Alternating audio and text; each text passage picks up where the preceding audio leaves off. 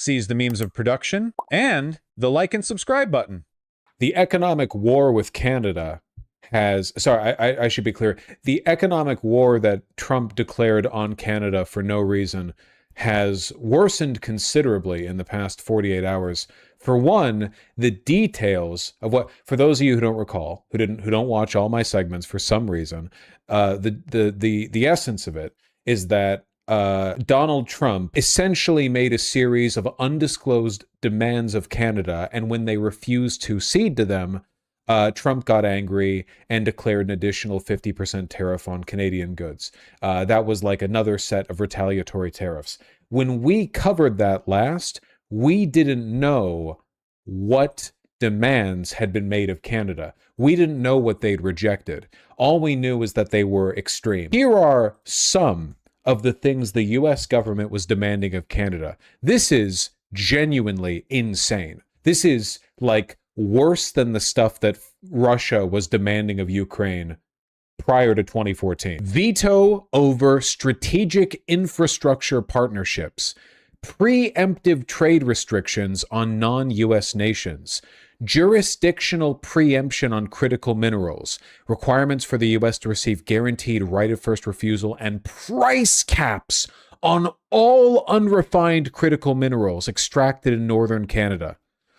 Rescinding the Digital Services Tax and Online News Act, eliminating of cultural and language protections. This one's particularly funny because there have long been some holdouts in Montreal, in Quebec, MAGA supporters who are also like hardline Quebec nationalists, and this basically lost them completely because MAGA demanded that Canada drop its admittedly quite weird cultural protection for both the French language and like French Canadian culture.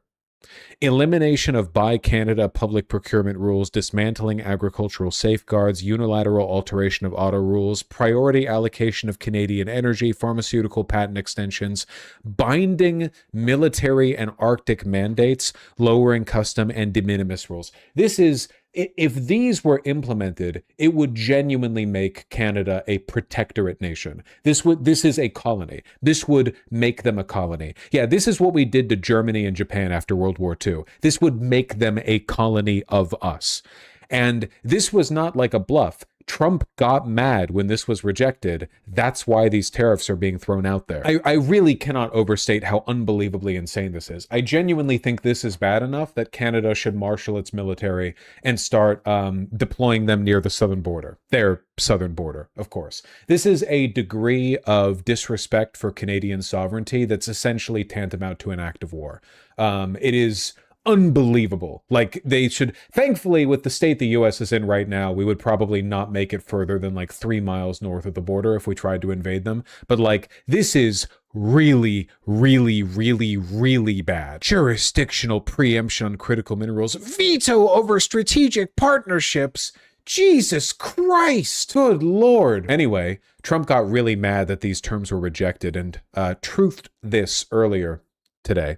Canada has been ripping off the US of A for years. Their ridiculously high tariffs on our farmers and farm products have made life impossible for these great American patriots, and has long created a $60 billion deficit between our two countries, not sustainable and not anymore. On January 1st, 2027, tariffs on all cars, trucks, large and small, automotive parts, and steel will be increased by 50%. Build in the US and there are zero tariffs. Canada will be treated like a state no longer, etc., etc.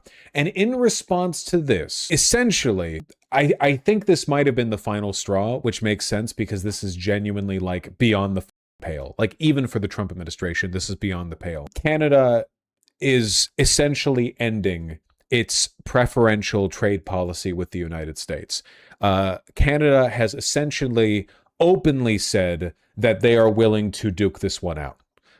From making the European Union their primary trading partner, to threatening to cut off all electricity and critical minerals to the United States, including nickel and uranium.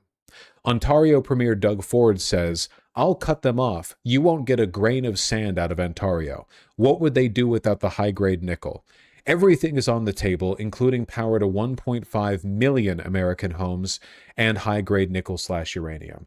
And Carney put out essentially an emergency address where he said that they're going to be pivoting towards trade with the EU. It's another component of the Epsteinite agenda to make America a third world country, a free grazing ground for oligarchs to raise children without having to worry about a strong civil society or democracy to stop them. This fall, we will begin intense discussions with the European Union, the world's second largest economy, to build a much stronger and deeper economic and security partnership. Now, we can build such unparalleled access because we're trusted, because we're reliable, and because we have what the world wants. This fall, it's pretty bad. I just don't want people to frame this as like Trump overstepping and losing. This is the goal. The audacious request, the dismantling of our international relationships, this is all part of